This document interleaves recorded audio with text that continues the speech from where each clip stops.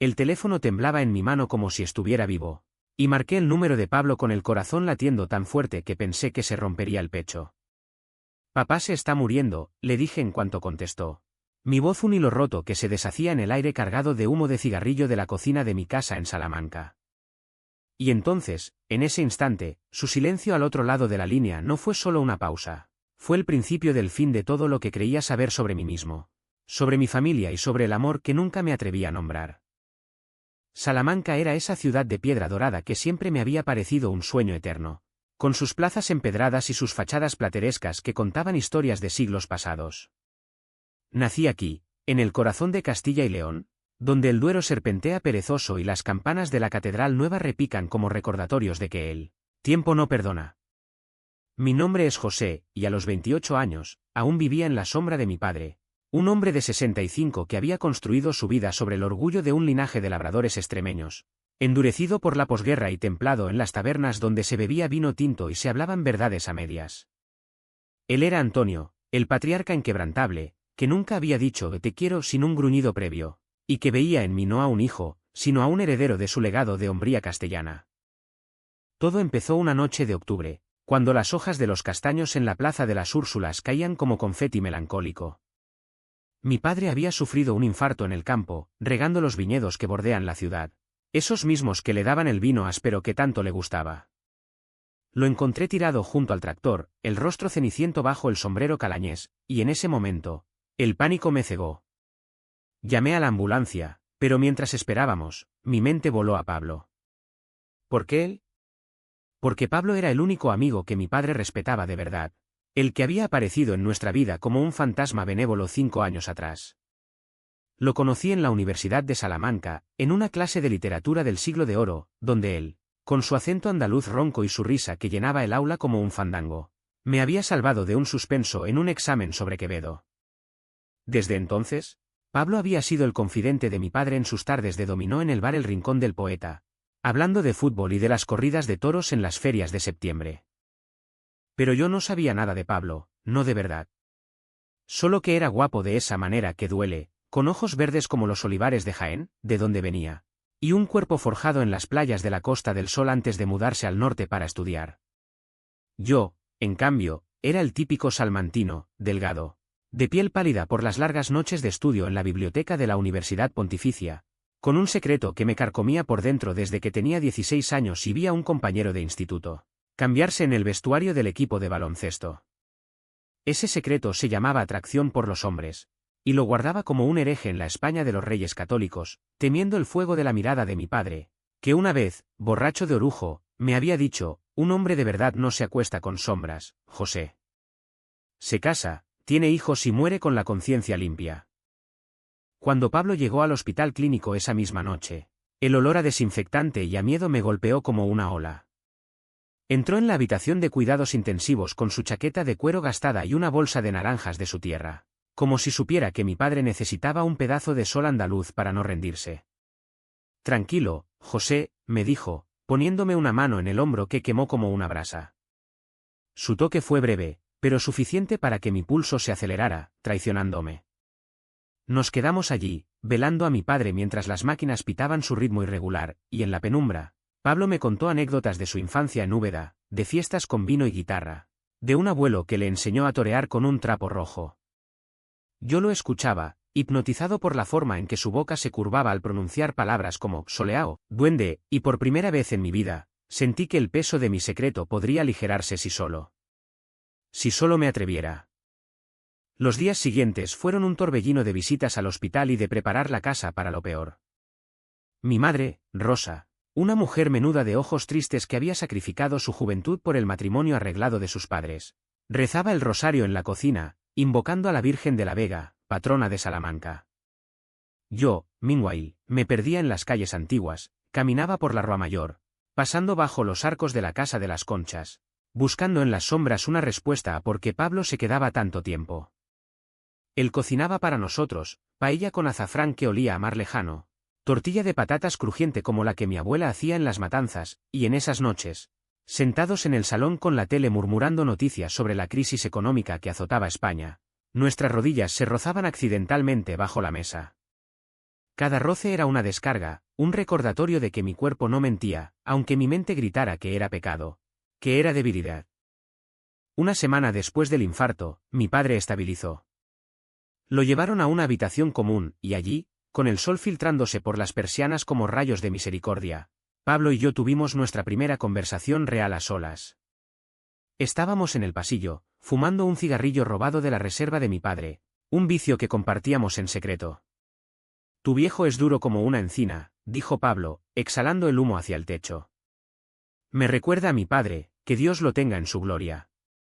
Le pregunté por él, y su rostro se ensombreció, como si una nube pasara por esos ojos verdes. Murió hace 10 años. Un accidente en la mina de Jaén. Desde entonces, viajo mucho, huyo de los recuerdos.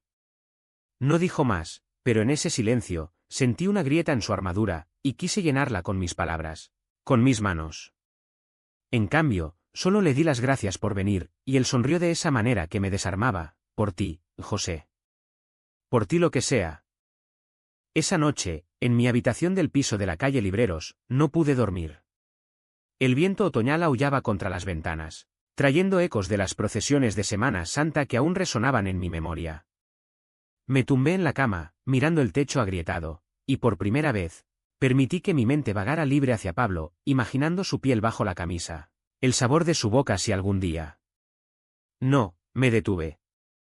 Mañana sería otro día de fingir, de ser el hijo perfecto, el amigo leal.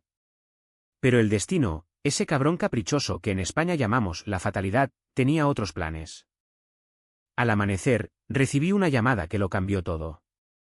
Era de la policía, habían encontrado el coche de Pablo accidentado en la carretera a Ávila, vacío, con manchas de sangre en el asiento del conductor. Sangre, repetí, el mundo girando a mi alrededor.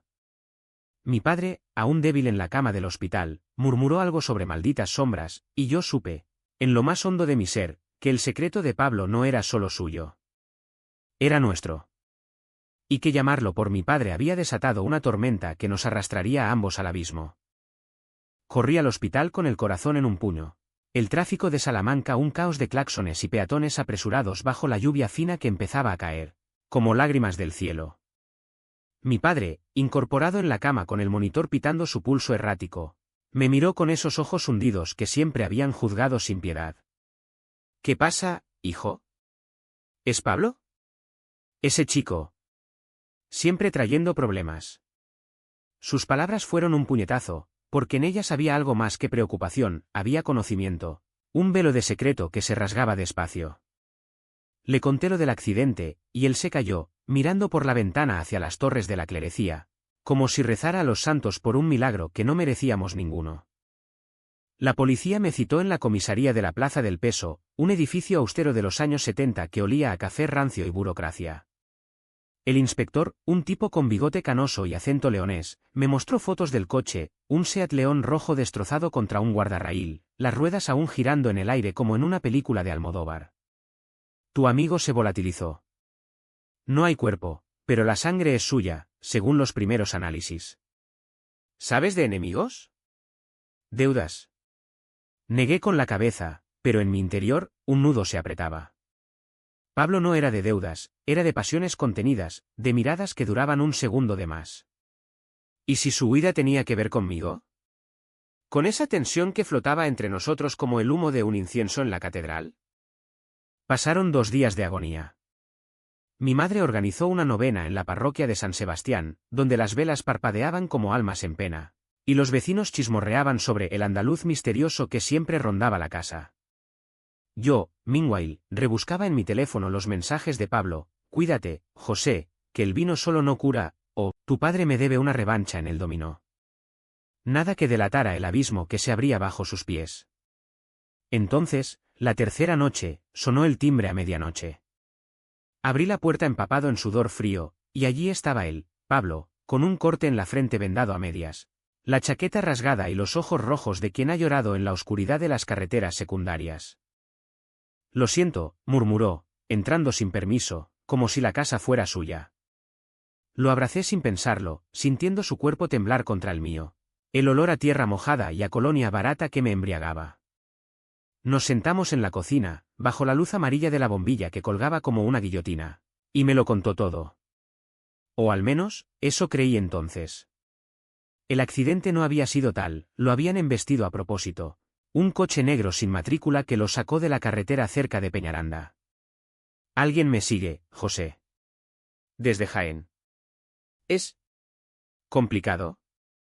Su voz se quebró, y por un instante, quise besarlo, borrar ese dolor con mis labios, confesarle que cada noche soñaba con él.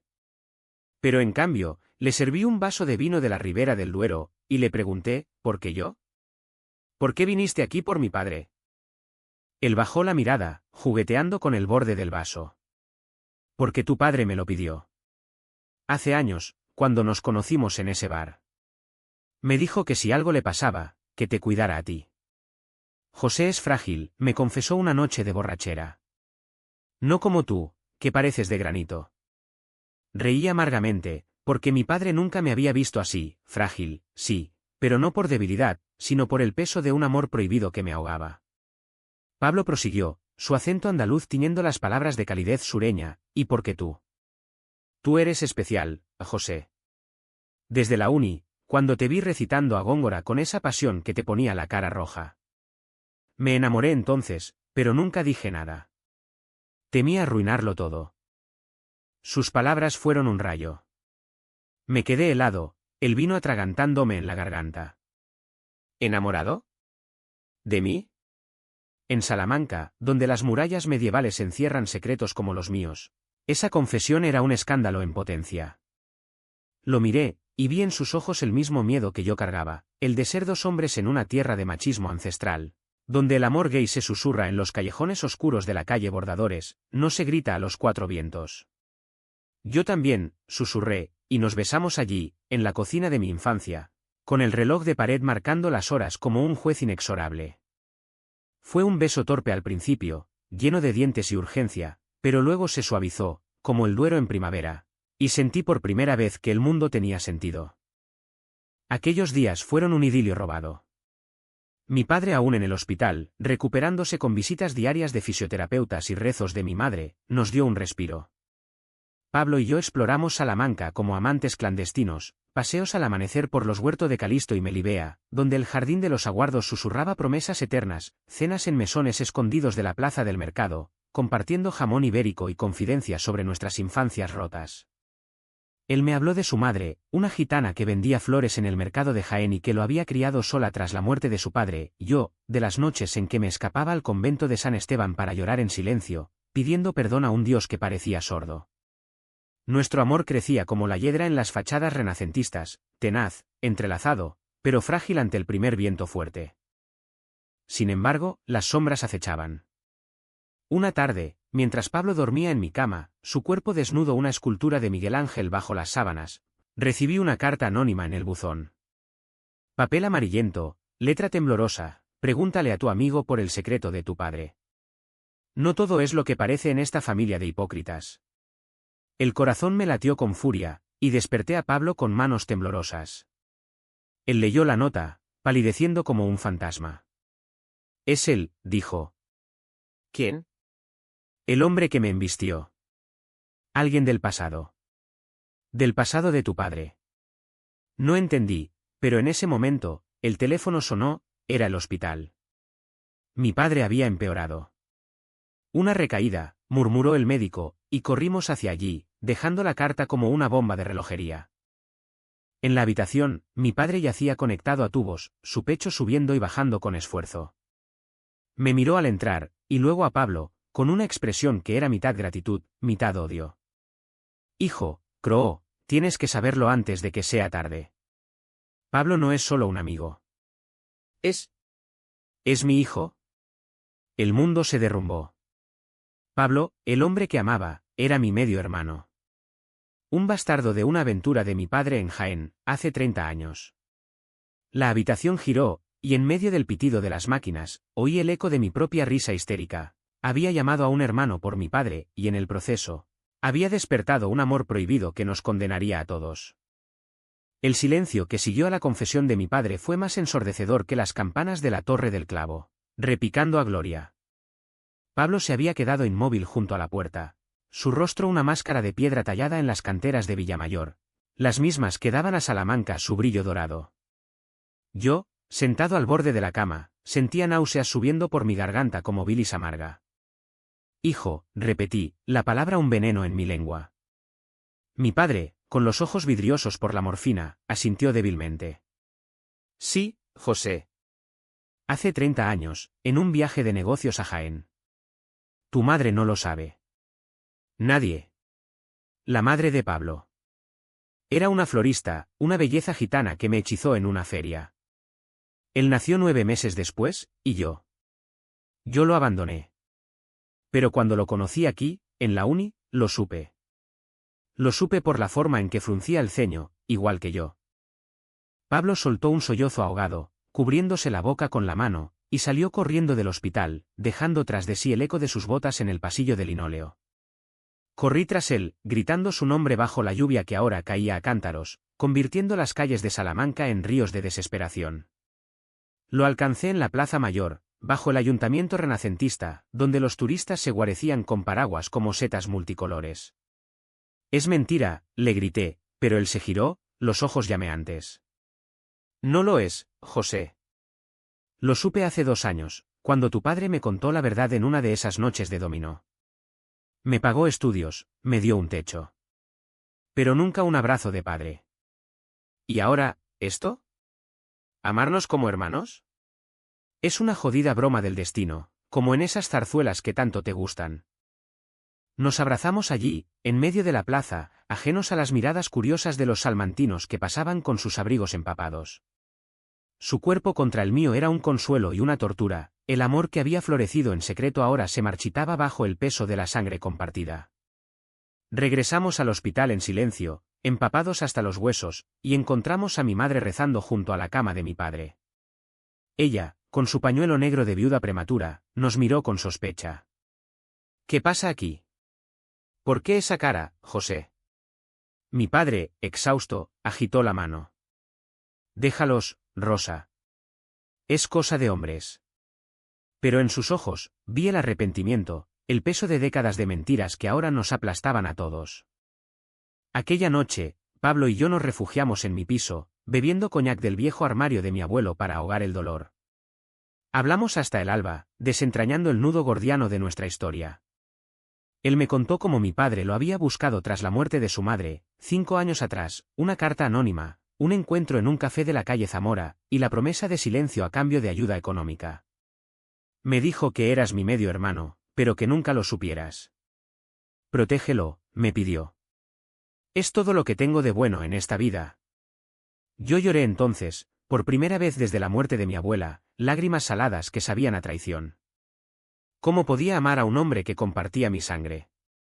¿Era incesto, pecado mortal, o solo el cruel capricho de un padre que jugaba a ser Dios? Los días siguientes fueron un calvario de secretos y confrontaciones.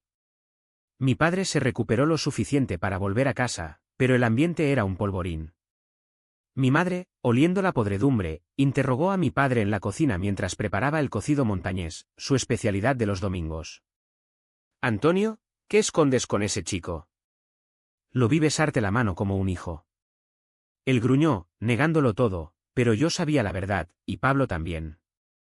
Decidimos mantener el secreto, por ella, por la familia que se desmoronaba como las murallas romanas erosionadas por el tiempo.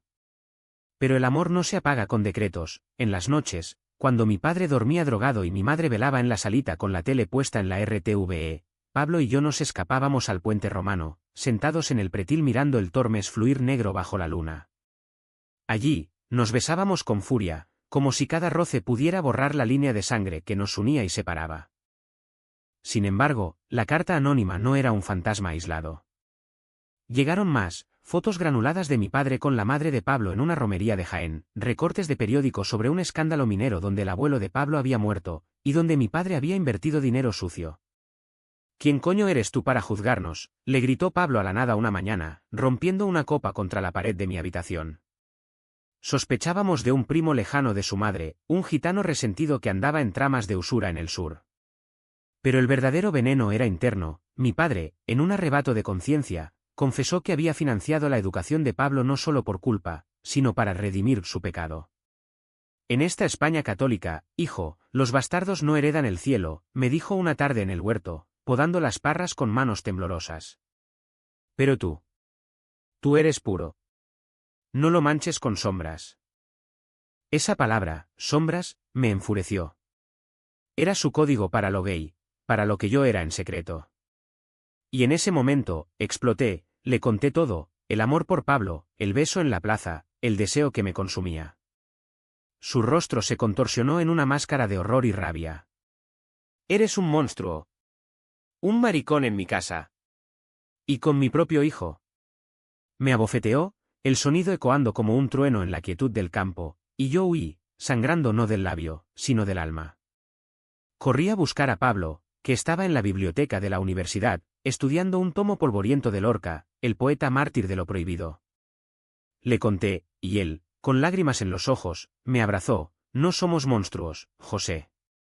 Somos hombres. Y este amor es lo único real en esta farsa. Pero el clímax llegó una semana después, en la Feria de Todos los Santos. Salamanca bullía de luces y puestos de castañas asadas, el aire cargado de olor a dulces y a jazmín. Habíamos planeado huir. Pablo tenía un contacto en Madrid, un piso compartido en Malasaña donde los gays vivían sin cadenas. Empaqué una maleta con lo esencial, libros de poesía, la foto de mi madre joven, el reloj de mi padre, y nos encontramos en la Puerta de la Merced al atardecer. El sol teñía de rojo las piedras, como sangre de toro en la arena, y por un momento, creí que podíamos empezar de nuevo. Nos besamos bajo el arco, prometiéndonos eternidad, cuando un coche negro frenó en seco.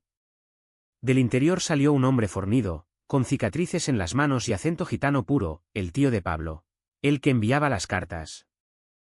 Traidores, rugió, blandiendo un cuchillo que brilló bajo las farolas. No era para matar, aún no, sino para amenazar, para recordarnos la deuda de sangre. Pablo se interpuso, gritando, «Déjalo en paz». El viejo ya pagó. Pero el hombre se lanzó, y en la lucha, el cuchillo rozó mi brazo, un corte superficial que manó sangre caliente. Gritos atrajeron a la policía, y en el tumulto, mi padre apareció, alertado por un vecino. Vio todo, la pelea, el beso previo, la verdad desnuda. Colapsó allí mismo, en la calle empedrada, un segundo infarto que lo llevó de vuelta al hospital, esta vez sin retorno posible. La noche del ataque fue el punto de no retorno, un vórtice que succionó nuestras vidas como el Tormes en crecida. Mi padre agonizaba en la UCI, rodeado de curas y médicos que murmuraban sobre voluntad divina, mientras mi madre, destrozada, me echaba de la habitación con un «fuera, demonio. Tú has traído esta maldición». Pablo y yo pasamos la velada en la comisaría, declarando sobre el asaltante, arrestado con el cuchillo aún en el bolsillo, pero el verdadero juicio era interno. «¿Vale la pena?», me preguntó Pablo en el coche de camino a casa, su mano en mi muslo un ancla en la tormenta. «Sí», respondí, aunque el corazón me sangraba más que el brazo vendado. «Por nosotros. Por lo que somos». Al amanecer, el teléfono sonó con la noticia inevitable: mi padre había muerto. Un paro cardíaco, limpio y misericordioso, decían los médicos. Pero yo sabía la verdad, había muerto de vergüenza, de la fractura de su mundo patriarcal al ver a sus dos hijos, el legítimo y el bastardo, unidos en un amor que él no podía comprender. El funeral fue un ritual castellano puro, misa en la Catedral Vieja, con incienso flotando como niebla y el organista tocando el Dies Irae, el cortejo al cementerio de Tavera, donde las lápidas de granito contaban historias de familias inquebrantables. Mi madre, vestida de negro como una viuda de Lorca, no me dirigió la palabra. Los vecinos cuchicheaban, pobre Antonio, muriendo por los pecados de la juventud. ¿Y Pablo? Pablo estaba allí, al fondo de la capilla, con un ramo de olivo de Jaén en las manos, simbolizando paz y redención. Después del entierro, la casa se convirtió en un mausoleo de silencio roto solo por el tintineo de las tazas de café solo que mi madre preparaba mecánicamente. Ella descubrió la verdad esa misma noche, al encontrar la carta anónima arrugada en la basura. La confrontación fue brutal, un bastardo. Y tú, José, enamorado de él como un sodomita.